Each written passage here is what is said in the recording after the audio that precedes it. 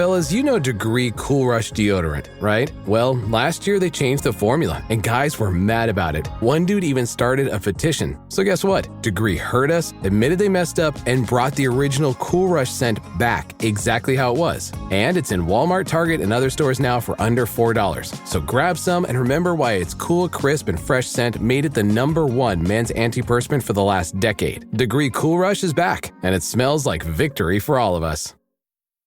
Don't you love it when things are both easier and more affordable? Like when the rain washes your car for you. Or like when you save up to 10% by bundling your renters and auto insurance with USAA. Bundle with USAA and start saving. Get a quote today. Hilton brings you new ways to stay, with experiences that let you capture the glory days. Introducing the Graduate Hotels. Each inspired by local college towns, these stays are always original and never boring. Get in touch with traditions all across the country and enjoy a stay that's a class above the rest. Book at Graduate Hotels with Hilton Honors Points at Hilton.com. It's a win-win. Hilton, for the stay. From the Fifth Quarter Studios in Madison, Wisconsin, you are listening to High School Hoops with our hosts, Steve Collins and Jake Steger. Hey everybody, welcome to High School Hoops, episode 23. Today we're going to talk about mid-season clutter and kind of how we can get rid of that. But before we do that, we'd like to give a big shout out to Dr. Dish, the shooting machine that everybody out there, especially with the season coming down, winding down to an end, we should look into. It's not only versatile, we're thinking about buying our third one. So if Dr. Dish is listening, but go check it out. Mention High School Hoops or Coach Unplugged, and you'll get $300 off your next purchase. Also, we would love if you go over and check out teachhoops.com for coaches who want to get better. It's what allows us to bring you this podcast week after week after week after week after week. It allows me to have the time to do that. It is a way for you to be able to give back to us. Go over and check it out. Right now, there's a 14-day free trial. New site is up and going. It's awesome. Lots of new resources. It is the Netflix for basketball coaches. I mean, it really is. There's a lot of sites out there. I would put us up against anything as far as one-on-one. You know, you will get my email address. All these other ones are pretty passive. So go over and check it out. Let me know if you have any questions, and let's head off to the podcast. All right, Coach, we are on episode 23 of High School Hoops. It is the beginning of February. Days are getting longer. We might be seeing March around the corner. All right, what's today's topic? The topic is, we've been constantly talking about this concept of clutter. We go back to it, and we go back to it often in our podcast. Just to remind our listeners that clutter is this thing that it is whatever gets in the way of our program from making us the best we can be. And so this podcast is going to be dedicated to this idea of mid-season clutter. What are some of the things that are getting in the way of you as a program executing what you need to do to be successful in mid of the season? Yeah, I mean, I think it's hard. I look at our playbook, and it just you keep adding rather than subtracting. Right. And that's the problem. It's like we just had this discussion as our coaching staff, and it was like, okay, so this is working well. We got to just dump this. I mean, we did this. We were running a kind of a 2-3 zone early in the season. You know, we play a lot of man, but we were running a 2-3 zone. And it really wasn't working very well. And there's just a point where it's like, we got to cut our losses. It's gone. We got to bring something else in. And we came up with like a matchup 3-2 kind of thing that works much better. So the problem is you keep adding, and then you have all this stuff and you're not good at any of it is the problem.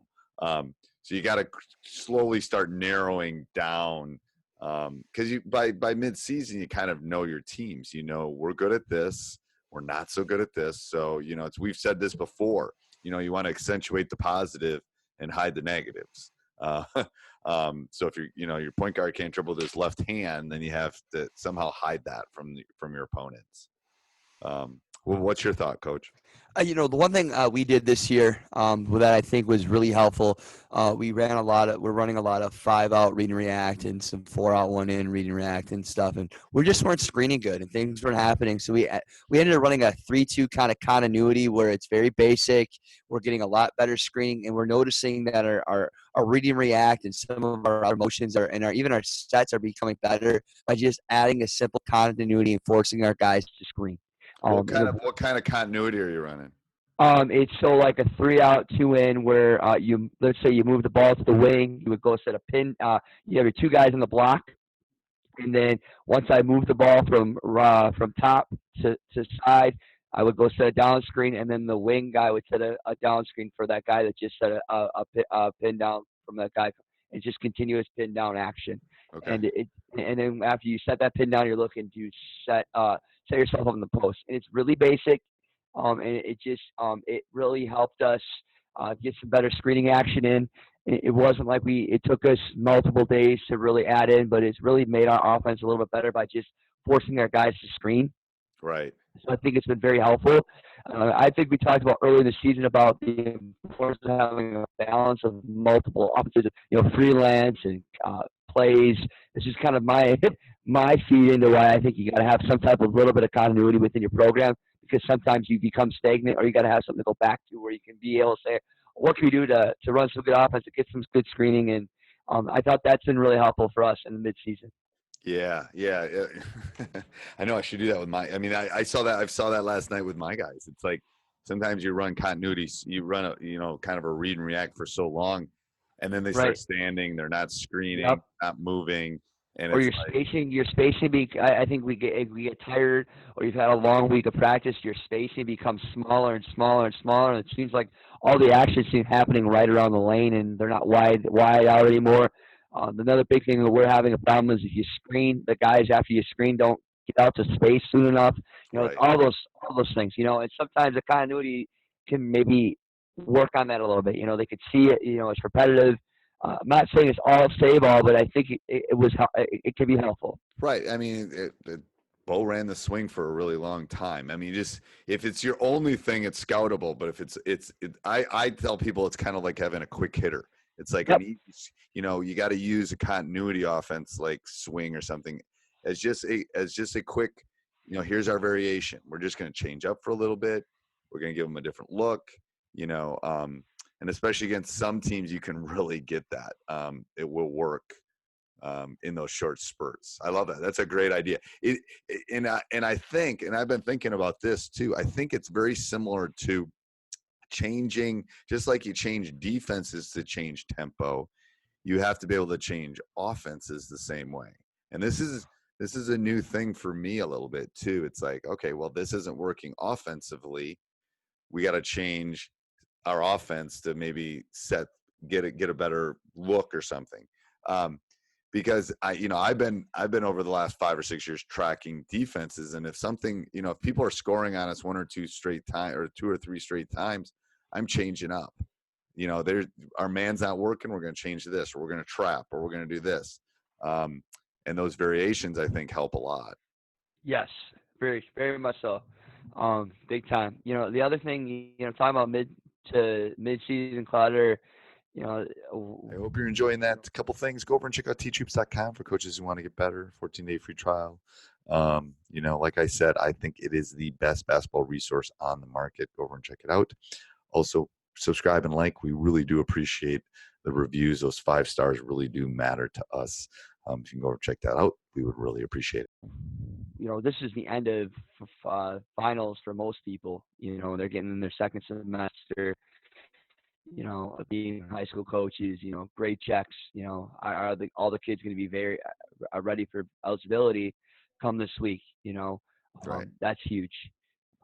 The conference that I coached last year collegiately, they lost 2 teams in second semester this year because they didn't have enough kids to play because of eligibility this year. And really, so I'm always concerned. Yeah, it's really sad. And one team was actually in the first place in the Western Conference this year. They didn't have enough players to play this second part of the season.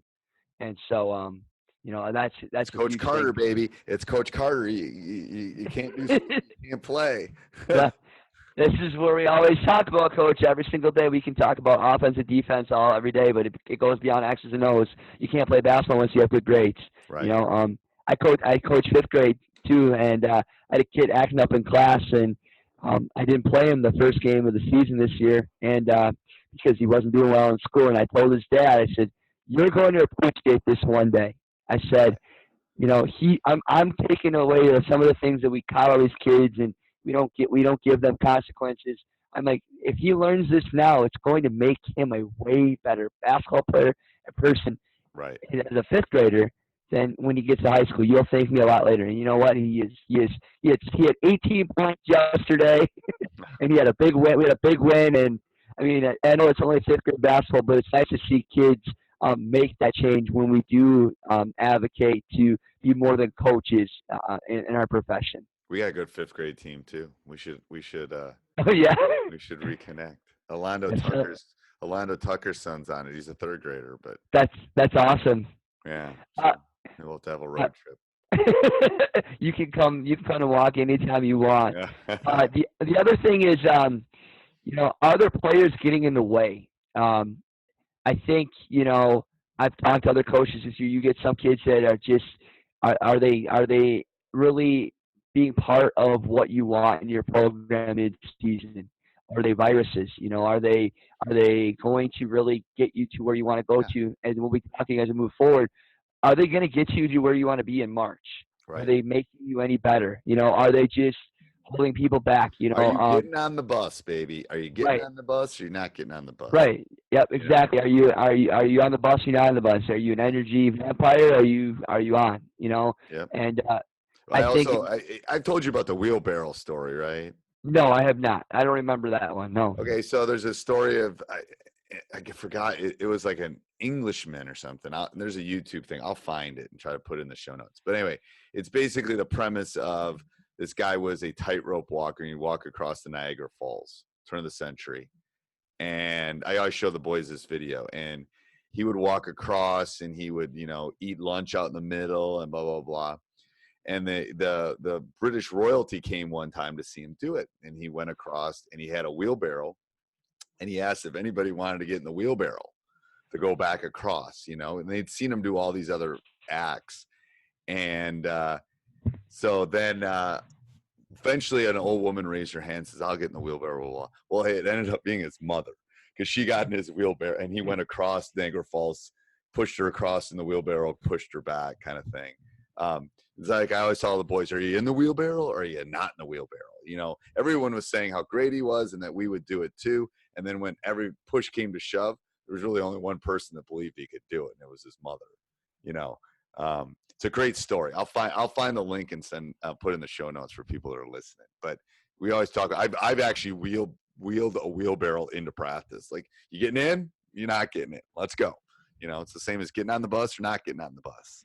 And sometimes he or she might be a good player, but I had a couple seasons when I was coaching high school. I had a really good player that ended up just not being part of it. He was a virus, and he ended up getting himself suspended. And you know what? We actually won more games without him. Sometimes it goes way beyond just how good players are. That whole team chemistry, all those things can make a huge difference, because you know when the juices are flowing in the right direction, kids can really do amazing things when things are going. Those type of things are going in the right direction. It is. All right. Anything else, Coach? Let's see here. Let me check my notes quickly. Mid-season clutter. Just taking the time to allow yourself to reflect both on yourself and your players. Talking to your staff, making sure that there's anything else getting in the way before you get yourself ready for playoffs, and then making sure you're taking care of yourself and the players are taking care of their bodies. You know, right. We can, as much as we want to throw all this stuff in, you know, sooner or later you can only practice for 2 hours a day. You know, you got to start to diminish time a little bit. You want to keep that energy going as you move into March. Yep. And you want to keep mentally and physically rested. You definitely do. Yep. All right. Till next week, Coach. All right. Thank you. Bye. Bye. Hey, everybody. I hope you enjoyed episode 23 of High School Hoops. I'm getting rid of that clutter. It's something we all fight all the time on a regular basis, but yeah, hopefully that helped. Go over and subscribe and like. Leave that 5-star review in iTunes, Stitcher, iCast, Acast, whatever you listen to. We would really appreciate that. Also, go over and check out teachhoops.com for coaches who want to get better. It has videos, audio, community, office hours. We'll get one-on-one calls if you're getting stuck, especially with the off season coming up. We're going to do a lot of stuff with preparation for next season. So go over and check it out, and have a great week.